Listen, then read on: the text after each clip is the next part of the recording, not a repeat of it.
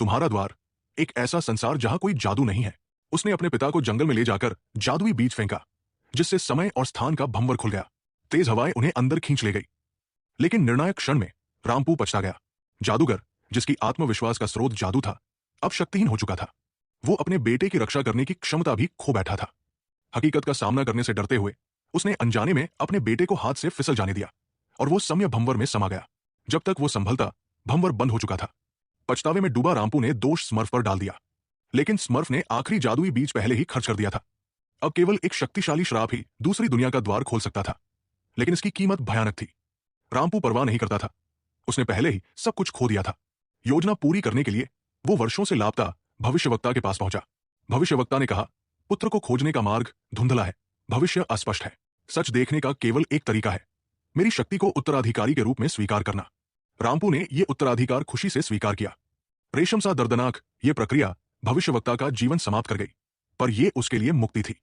मरते समय उसने रामपू को आखिरी दिया। एक प्रचंड श्राप परिथाजगत में जन्म ले चुका है, परंतु इसे करने वाला तुम नहीं हो। उसकी नियति एक 10 वर्षीय बालक से जुड़ी थी, एक किसान की बेटी क्लारा, जिसने एक राजकुमारी की सेवा की। राजकुमार केवल राजकुमारी के पैरों की चिंता करता, गिरे आटे की परवाह नहीं करता।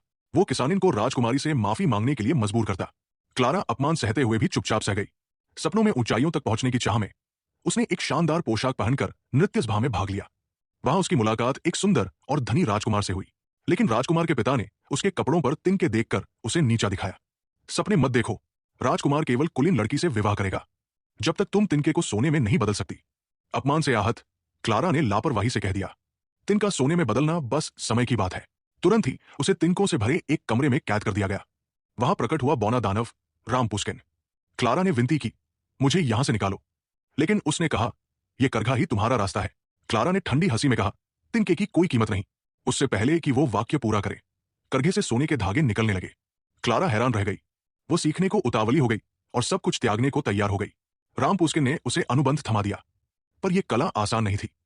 पूरी रात क्लारा केवल तिनके ही निकाल सकी। रामपुस्किन ने कहा, तुम्हारा विश्वास पर्याप्त नहीं, इसमें भावनाएं डालनी होंगी, सबसे अंधेरी भावनाएं। वो क्षण जब तुम अपमानित हुए, जब तुमने हत्या तक का विचार किया। क्लारा ने आंखें बंद कर अपने अपमान को याद किया, सत्ता की प्यास को जगाया। धीरे धीरे तिनका सोने में बदलने लगा। राज दरबार में उसने अपनी प्रतिभा दिखाई। राजकुमार उस पर मोहित हो गया, लेकिन क्लारा का सपना और बड़ा था, अपनी बेटी को रानी बनाना। उसने बेटी को कठोर शिक्षा दी, प्रेम निरर्थक है, शक्ति ही शाश्वत है। फिर भी बेटी ने एक अस्तबल सेवक से प्रेम कर लिया। क्लारा ने निर्दय होकर उस सेवक का हृदय निकाल दिया, ताकि बेटी को सबक मिले। उसकी शक्ति का स्रोत काला जादू था। उसने रामपुस्किन से प्रेमी को पुनर्जीवित करने का उपाय मांगा, लेकिन वो भी